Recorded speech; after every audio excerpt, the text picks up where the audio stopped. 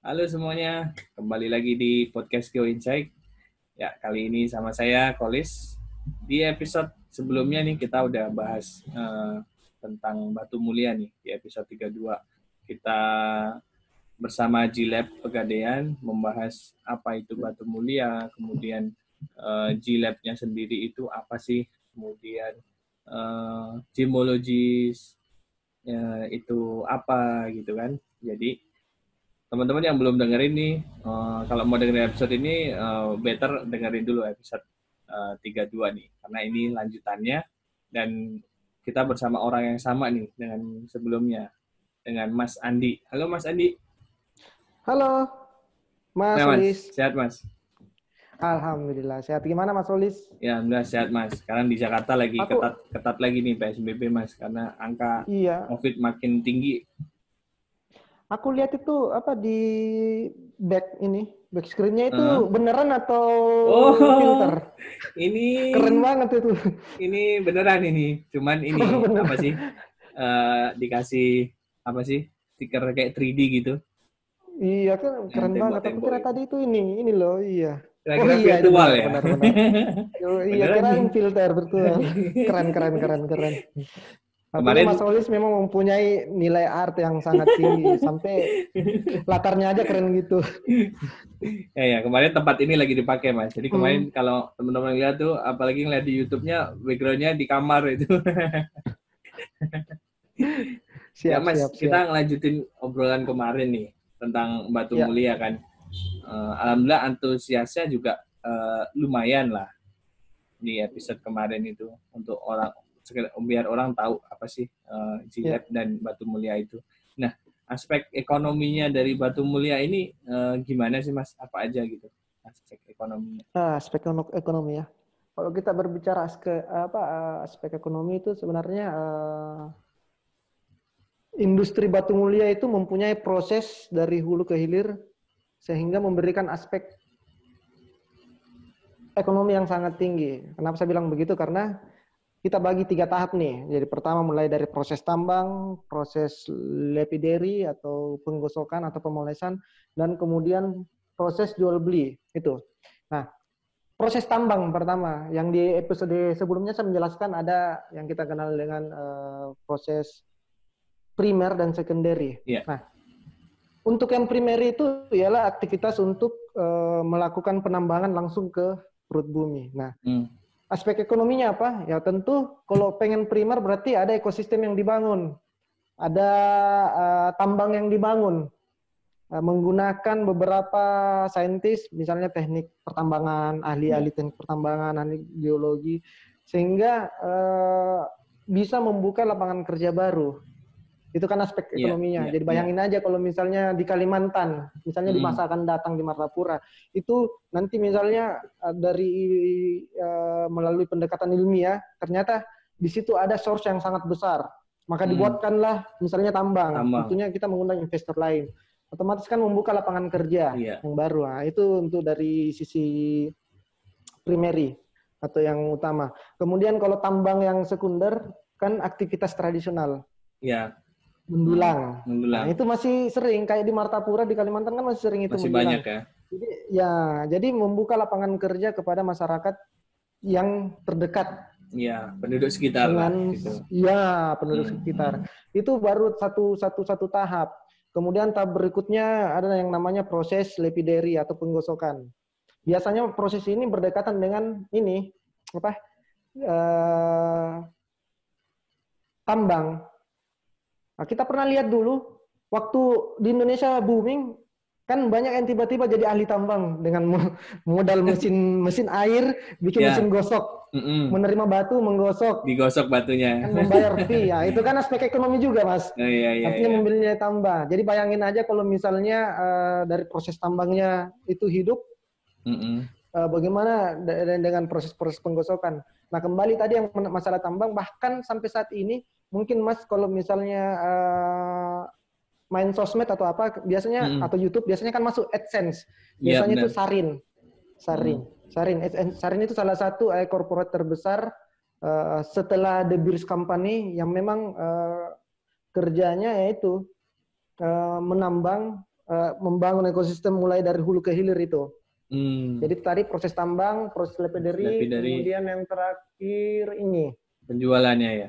proses jual beli ya. Okay. Setelah itu ya itu tadi, setelah barangnya sudah dipoles baik yang dalam keadaan baku atau maupun yang belum, itu nanti kan diset dari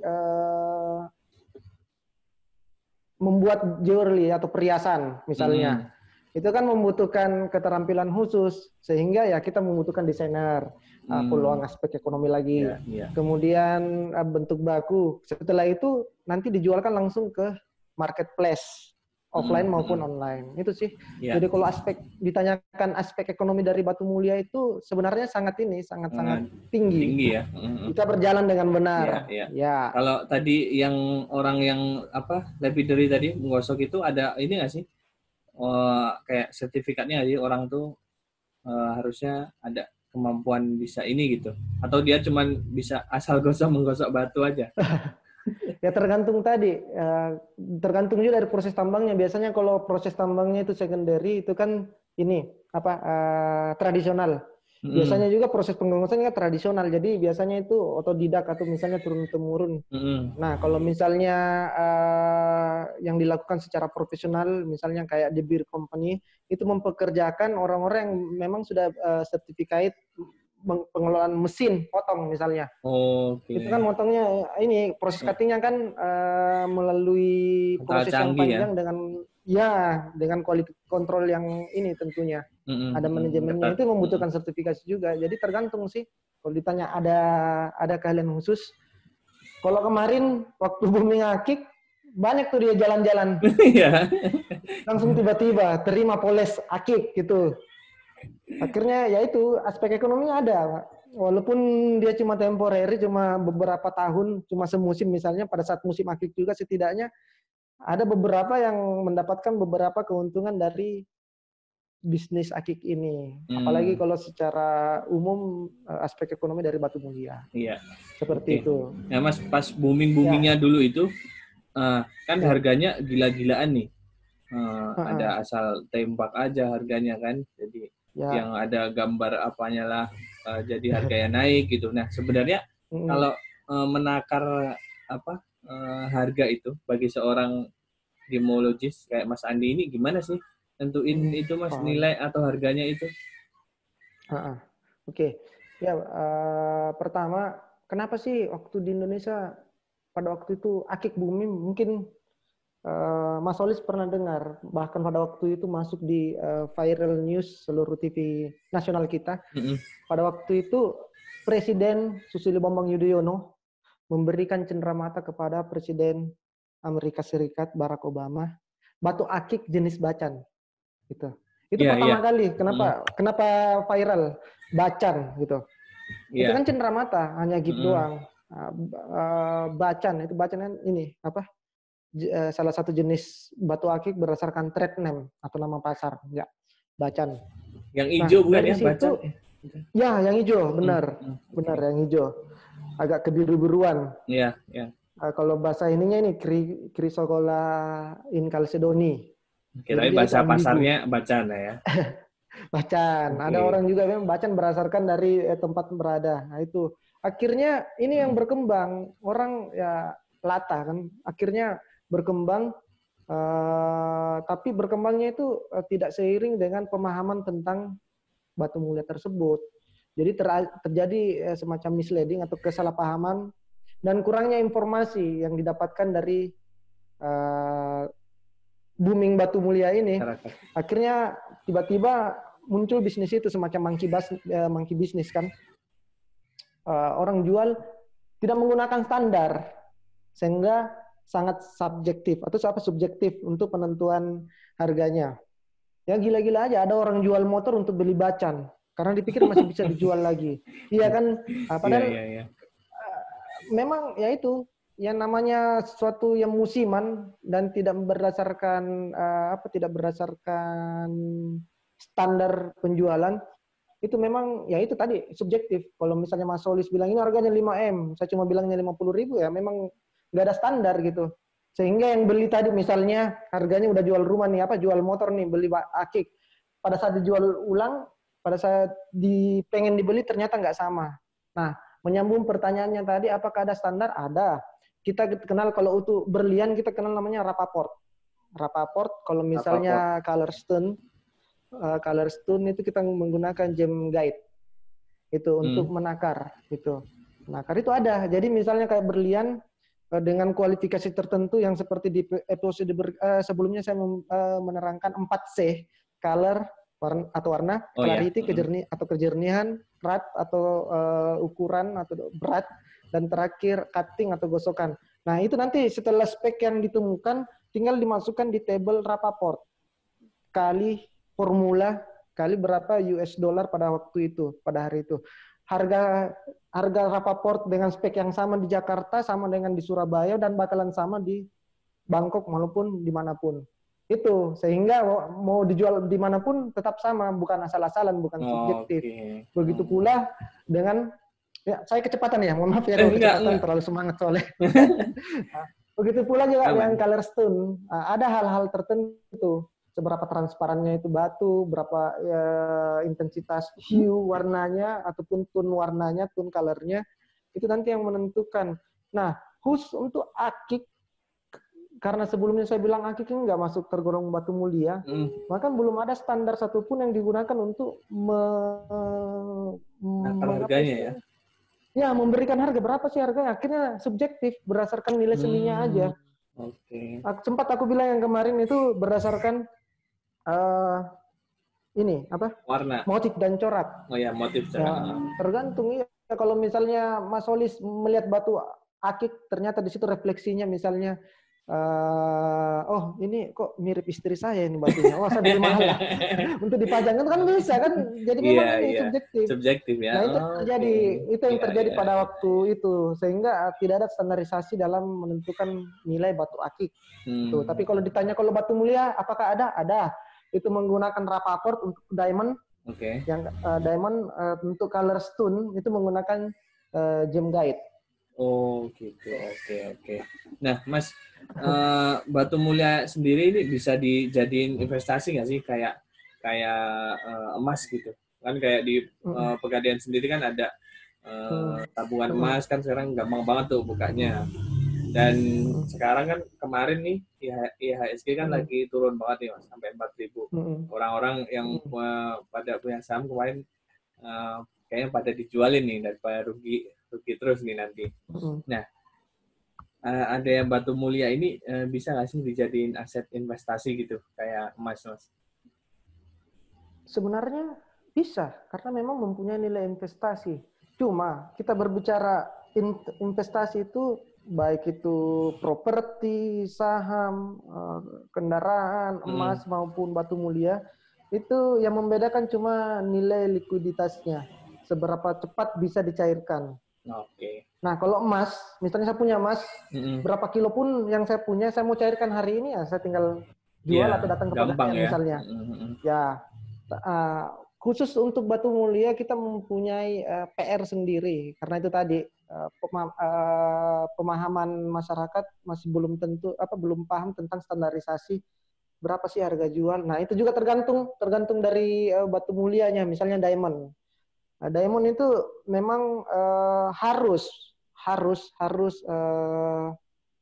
yang saya bilang tadi, minimal kita mengetahui kualifikasinya, apakah diamond tersebut enhancement atau misalnya tanpa treatment, tanpa perlakuan khusus, itu nanti mempengaruhi likuiditas pada saat dijual itu barangnya. Sehingga kalau ditanyakan apakah bisa, malah banyak artis-artis yang pakai berlian, bukan hanya artis, pengusaha ataupun apa. Cuma memang ini nilai investasinya itu tidak seliquid emas. Gitu. Hotman Paris itu kan banyak. Gitu. Ya, kalau bicara kan ini, tangan saya itu seperti itu. Dan kita punya pasar, Rapaport itu mengatur seperti itu. Nah, berangkat dari situ, kenapa kita berani menerima dalam hal ini hanya untuk diamond aja, berlian aja, karena itu kita tahu pasarnya. Pasarnya ada ya. Kita tahu pasarnya ada. Menarik Mas, kita bahas tadi aspek ekonomi sama gimana sih batu mulia ini bisa dijadiin aset ya, walaupun nggak seliquidnya si investasi yang lain gitu, nggak mudah dicairin gitu kayak emas. Nah, kita balik ke itu Mas, profesi gemologi sendiri, gemologi lah. Nah, kemarin kan kita udah bahas tuh, di Indonesia ini kan masih sedikit orangnya, apalagi di Pegadaian juga sedikit orangnya. Mungkin sedikitnya ini karena berbanding lurus dengan keterbukaan pasar atau lingkungan kerjanya yang masih sedikit gitu. Nah, prospeknya gimana sih sebenarnya di Indonesia ini, Mas? Atau udah ada plan belum sih, misal di G-Lab sendiri itu, tahun ini ada berapa orang yang disekolahin, tahun depan berapa, jadi bisa tahu berapa nanti jumlah gemologinya ada tambah berapa sih gitu. Jadi kalau ditanyakan prospek gemologi sebenarnya ya kalau untuk di perusahaan kita, ya kita bicara internal dulu ya.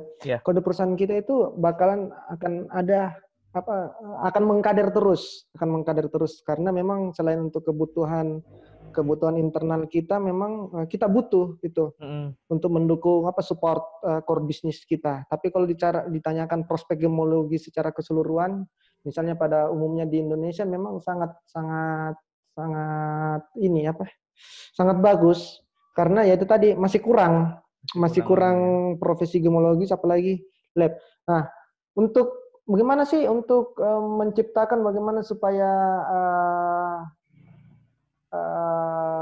ekosistem ini ada, ya itu tadi kita Pegadaian dalam hal ini G-Lab itu sampai saat ini masih terus gencar-gencarnya melakukan edukasi terhadap masyarakat bahwa ini loh batu mulia, bahwa ini loh pentingnya kita mengetahui batu mulia.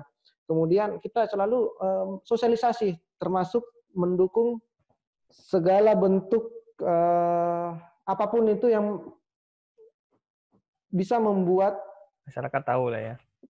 Ya minimal bisa kembali seperti kemarin lagi, booming, tapi benar-benar booming batu mulia. Iya, bukan gitu. Hanya tanpa pengetahuan yang jelas ya. Ya itu, fungsi kami di situ. Makanya apapun kegiatan itu yang berhubungan, ayo kita sama-sama. Pameran ada nggak sih, Mas? Sering. Oh, sering ya? Sering, hampir tiap tahun. Misalnya kayak di Surabaya nih tempat saya, itu kita kenalin Surabaya Jewelry Fair. Jadi diadakan setiap tahun. Baru kali tahun ini nggak diadakan karena bertepatan dengan pandemi. Tapi sebelum-sebelumnya itu sering ada. Cuma itu tadi masih skupnya dalam bentuk kecil, masih dalam orang yang ikut hanya orang-orang tertentu dan itu aja. Ya.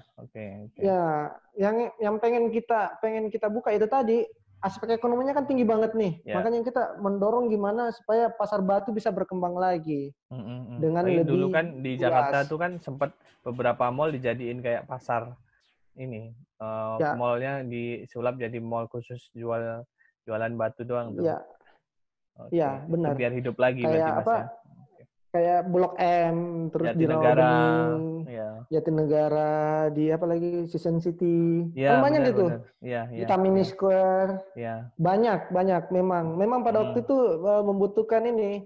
Nah bayangin aja kalau misalnya di masa akan datang setiap mall ada seperti itu. Itu bisa itu tadi yang saya bilang hidup lagi, sehingga prospeknya lebih bagus dan tentunya ini yang aspek ekonomi yang kita bicarakan tadi itu pasti akan lebih real kita lihat dan semakin tinggi. Oke, jadi emang gemologi sendiri prospeknya masih bagus ya di Indonesia, Mas ya? Iya. Dan rare, masih sangat langka. Dan rare gitu.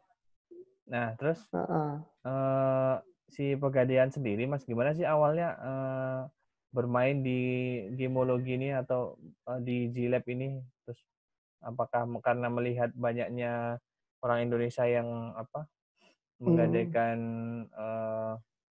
ada batu mulianya atau emasnya gitu. Jadi mereka terpikir untuk buka aja lah G-Lab gitu. Kita investasi besar-besaran nih di gemologi kan. Istilahnya kan sekarang Pegadaian banyak investnya banyak juga kan ya Mas, karena banyak olahan itunya keluar gitu. Iya, benar. Jadi seperti dibahas di episode sebelumnya, itu kan kita sudah latar belakang nih. Kenapa sih latar belakang ya? Karena memang untuk mendukung core bisnis. Tapi terlepas dari itu, memang gemologis yang sebagai nilai tambah itu mempunyai keistimewaan untuk membuat memo. Nah, pertanyaannya mungkin yang saya bisa tangkap, kenapa sih Pegadaian tertarik gitu? Karena kami menganggap belum ada di Indonesia eh, laboratorium yang benar-benar mempunyai SDM yang bagus sekaligus alat yang bagus. Kalau SDM mungkin ada beberapa gemologis senior kita di luar Pegadaian pun banyak. Cuma itu tadi, ya ibarat dokter yang ahli, yaitu mempunyai butuh alat dan akan tempat yang sangat tepat efektif ya. jika didukung oleh rumah sakit yang tepat gitu. Iya, Rumah iya. sakit yang mempunyai alat-alat yang tepat, alat-alat Iya. yang canggih. Nah, itu tujuan kita. Nah, untuk kita pengennya nih menjawab keinginan masyarakat atas hadirnya sebuah laboratorium yang independen, objektif. Ya makanya kita kenapa tidak gitu. Kita Iya, iya. investasi besar-besaran di situ. Karena ya itu tadi belum ada istilahnya gini. Gemologi meet teknologi. Gitu. Jadi gemologinya ada, teknologinya ada. Itu gitu. nanti menghasilkan ya dengan visi misi tadi yang saya bilang. Karena prospek gemologi itu sangat besar, makanya kita selalu mendorong dengan menghadirkan alat-alat yang bagus disertai dengan SDM yang qualified gitu, Mas. Nah, si G-Lab-nya sendiri udah berapa tahun ya, Mas? Lupa aku. Dari sebenarnya yang betul-betul yang profesional itu 2016. Oke. Terus kemudian di alat advance itu 2018 ke atas.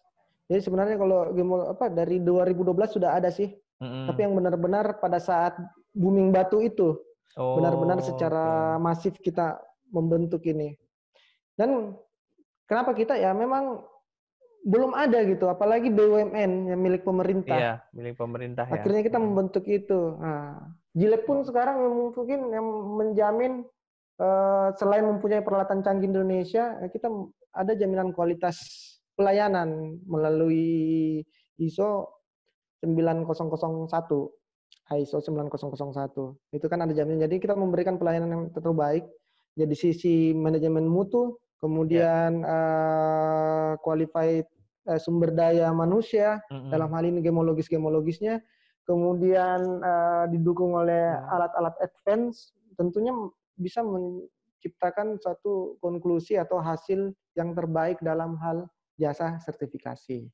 Ya. Gitu, Apalagi Mas. kalau untuk punya negara, kan Mas Andi pernah cerita juga pernah bisa jadi kayak saksi-saksi ahli gitu ya, Mas ya. Kalau ada kasus-kasus yang misalkan ada pencucian uangnya larinya ke batu-batu nih, berapa sih sebenarnya harga dari batu mulia ini gitu ya, Mas ya. Ya itu pernah mungkin kita bicara yang tapi off the record kayaknya pada waktu itu. Oh iya, nah, ini benar. Tuh, ya. Jadi itu tadi selain untuk internal kita juga melakukan external support. Dalam hal ini kepada instansi-instansi pemerintahan. Misalnya yaitu tadi KPK. Kejaksaan tinggi, kejaksaan negeri, kejaksaan agung, baik tingkatan mulai dari kejaksaan negeri tinggi sampai tingkat pusat. Kemudian Polri, Kepolisian Republik Indonesia, kemudian Bea Cukai, ya? Imigrasi, DJKN, dan lain-lain itu membutuhkan jasa kita. Kenapa sih? Ya itu, karena memang kita bisa memberikan itu. Misalnya nih, kayak Bea Cukai, atau misalnya ada yang membawa barang untuk menentukan berapa nilai pajaknya, ini kan harusnya kan diapresial dulu. Gitu. Iya. Untuk menentukan nilai pajak itu masuk ke kita. Gitu. Biar mereka nggak ngasal ya, ini murah nih, ternyata pajaknya dengan bisa lebih tinggi gitu. Ya benar, artinya kan kita menyelamatkan yang harusnya misalnya mereka melaporkan, misalnya aku pernah cerita nih, ada masuk invoice harganya cuma 60 juta di invoice-nya, segenggam, ada semacam emerald. Nah itu kita ngambil satu sampel aja, bayangin, wah ini nggak mungkin ini. Satunya aja itu harganya berapa, dikali banyak, apa nggak miliaran gitu. Akhirnya kalau dari miliaran diambil teks, berapa udah pemasukan yang kita selamatkan jika misalnya nggak dimasukkan. di Pegadaian gitu kan, Iya, gitu. iya, iya, Khususnya G-Lab. iya, iya. Berarti secara Itu. eksternal emang benar-benar keberadaan Gemologis dan G-Lab sendiri membantu pemerintah Indonesia ya.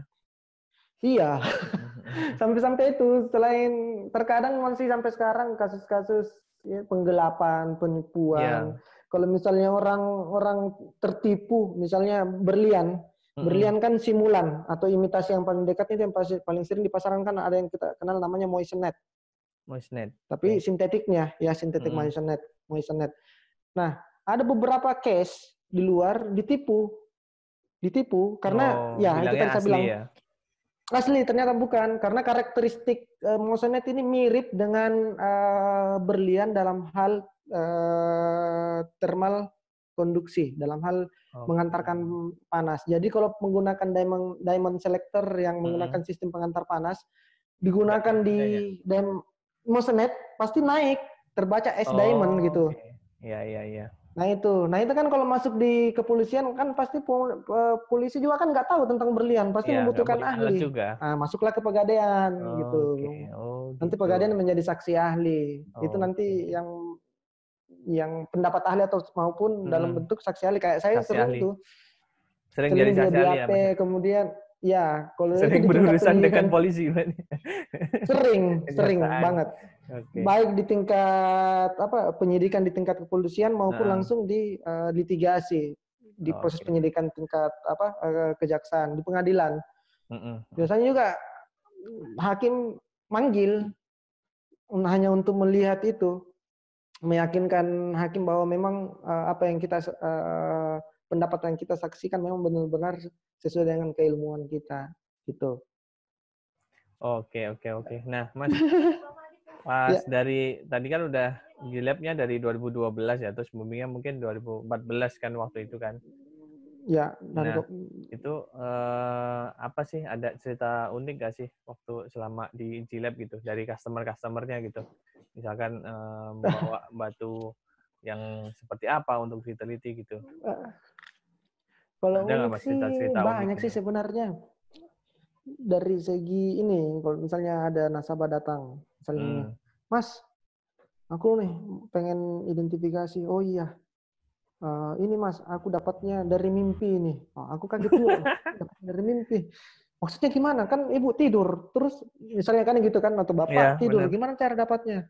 Aku meram doang, tiba-tiba ada, aku nangkap gitu. Tapi kan ya kita cuma mendengarkan aja, Iya, walaupun apa kita kan pendekatannya ilmiah. iya. Itu cerita uniknya. Jadi biasanya Batu Mulia itu identik dengan cerita-cerita mistis. Itu salah satu cerita apa Tapi uniknya. mereka bawa batunya ke situ. Iya, Terus batu. setelah diteliti batu apa tuh Yang kebanyakan? biasa pecahan botol, gelas. Itu macam-macam itu. Oh, gitu. Paling banyak ini apa sintetik cubic zirconia yang memang paling sering digunakan untuk di jewelry set Mm-mm. itu Mm-mm. untuk digunakan Oh, oke. ornamen-ornamen macam-macam. Apalagi ya cerita unik.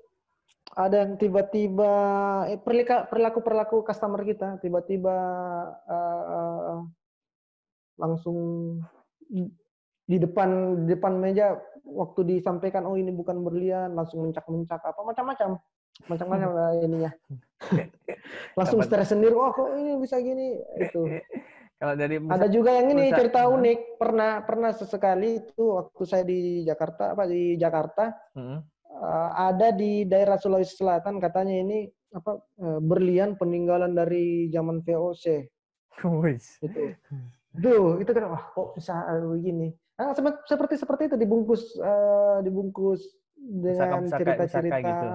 Oh, ya, tapi dia bawanya ya itu sih unik. ceritain itulah ya, kayak kebanyakan mistik Uh, atau dari masa lalu ya. ya uniknya di situ. Ternyata Apalagi setelah uniknya? Uniknya diteliti menjadi enggak saksi ya. ahli juga. Menjadi saksi Mm-mm. ahli itu salah satu keunikan tersendiri. Mm. Jadi saksi ahli. Ya, keahlian kita kan ini kan kita masih dalam proses belajar ya. Yang Iya. mengatakan kita ahli ya dari tempat kita sekolah. Iya, Gitu. iya, iya. Karena udah di certified ini lo ahli. Nah, benar. Iya, iya, iya. Jadi Oke. kalau bilang, oh Aku mengaku ahli, bukan kita mengaku, kita proses belajar, Ya, masih ya, belajar sampai saat ini. benar. Bukan berarti saya lebih kita yang di Pegadaian gemologisnya itu bagaimana ya, yang paling paling sultan Ini atau paling tahu paling ya. tingkat dewa. Iya, kita Hmm, nggak tahu, ini masih proses semua kok. ya, ya, ya. Oke, Mas Andi, thank you banget buat obrolannya kali ini, menyambung. Heeh. Ya, jadi teman-teman yang mau Siap. dengerin nih di episode ini, sayang banget kalau nggak dengerin gimana prospek Batu Mulia, kemudian gemologi, sampai kenapa sih si Pegadaian punya bisnis di G-Lab ini gitu ya Mas ya. Dan tentunya tadi cerita-cerita jadi gemologis itu bisa jadi saksi ahli, kemudian bisa keberadaannya juga bisa membantu menyelamatkan uang negara gitu kan. Ya. Oke, jangan lupa teman-teman dengerin juga episode sebelumnya, episode 32 Kalau bisa tentang pengenalan episode Batu Mulia. mulai dari di bawah 32, 31, Oh iya, 30. episode Soalnya kan 1 iya. iya, Dan ya, melihat iya. melihat segala permasalahan dari ilmu kebumian itu Wes, nggak ada iya. salah, itu Iya, harus kita benar Mas. tetap harus membaca, apalagi Insight itu keren Iya. itu. Ya. Terima kasih Mas Andi. Jadi ke Insight teman-teman kalau mau dengerin nih, selain kita bahas ini kita Batu Mulia, kita bahas juga energi dari geotermal, dari tentang Ya. minyak bumi, kemudian ada energi terbarukan, kemudian semua hal prospek semua hal berkaitan dengan kebumian dan dekat dengan masyarakat kayak kebencanaan itu teman-teman bisa dengerin. Coba dilihat di Spotify @geoinsight.id atau di YouTube juga ada beberapa episode gitu. Jangan lupa follow Instagram GeoInsight @geoinsight.id, dan yang spesial dari episode ini bakal ada voucher menarik nih, hadiah dari G-Lab buat 3 pendengar Siap. yang beruntung. Beruntung. Nanti pertanyaannya langsung aja ke Instagram GeoInsight dan G-Lab. Oke, Mas Andi, thank you atas Siap. waktunya. Thank you. Ya, Assalamualaikum. Sama-sama. Waalaikumsalam warahmatullahi wabarakatuh.